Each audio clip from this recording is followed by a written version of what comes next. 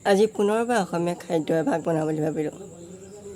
তাকে আপোনালোকৰ মাজত পৰিৱেশন কৰোঁ বুলি ভাবিলোঁ। আশা কৰোঁ ভিডিঅ'টো শেষলৈকে চাব আৰু মোৰ ভিডিঅ'টো মাজলৈ আপোনালোকক স্বাগতম জনাইছোঁ। ৰেচিপিটো বনোৱাৰ আগতে আপোনালোকক চিনাকি কৰাইছোঁ। এয়া কলপচলা, তাৰপৰা বেঙেনা দিছোঁ, জলকীয়া, পিঁয়াজ, আদা, নহৰু সকলোখিনি।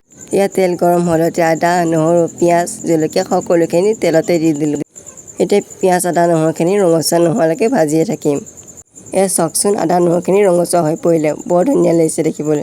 পিঁয়াজকণ ৰঙচুৱা হ'লতে পেটুকণ দি দিলোঁ। পেটুকণ অকণমান ভাজি ল'ব লাগিব। অকণমান ভাজি নল'লে গোটেই কেঁচা মাছ গোন্ধাব ভাজিকণ। তাৰপৰা অকণমান ঢাকনাখন মাৰি থৈ দিলোঁ।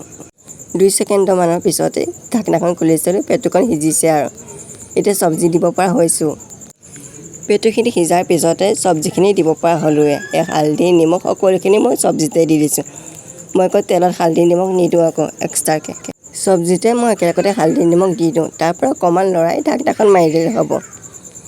ভিডিঅ'টোৰ মাজতে কথা এটা কয় যে, আপোনালোকে যদি শিকোঁ বুলি ভাবে এই ভিডিঅ'টো চাই শিকিব পাৰিব। মই এই ৰেচিপিটো প্ৰথমবাৰেই বনাইছোঁ, কিন্তু জীৱন বাটত শিকি থোৱাটো ভাল। বনোৱা সিজাব কোন সময়ত কি কামত আহে কেনেকৈ জানিম ন। সেইবাবে মই ঘৰৰ কাম সকলোবোৰ শিকিছোঁ। বনোৱা সিজোৱাৰ ধৰি ঘৰৰ কাম সকলো। ভাজিটো যেতিয়ালৈকে মজি নাযায় ভালদৰে, তেতিয়ালৈকে অকণমান লৰাই থাকিব। পিছত ঢাকনাখন মাৰি থ'বলৈ নাপাহৰিব, পোক পৰুৱা পৰিলে খাবা আৰু এইখন। চাওকচোন, ভাজিখিনি সিজিবলৈ আৰম্ভ কৰিলেই। অকণমান লৰাই দিছোঁ। ভালদৰে জ্বলা ভাজিকণ সিজাৰ পিছতে লাষ্টত মাছৰ মাথাটো দি দিলোঁ। জ্বলা ভাজিটো অকণমান শুকালে ৰেডি হৈয়ে যাব। এতিয়া ৰেডি হৈয়ে গ'ল। কেনে লাগিছে কমেণ্টত জনাব।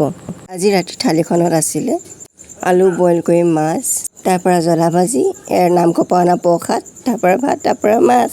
মোৰ ভিডিঅ' যদি ভাল লাগে লাইক এণ্ড শ্বেয়াৰ কমেণ্ট কৰিবলৈ নাপাহৰিব। আৰু ইউটিউবত চোৱাসকলে লাইক আৰু ছাবস্ক্ৰাইব কৰি দিব। আজিলৈ আহিছোঁ, বাই।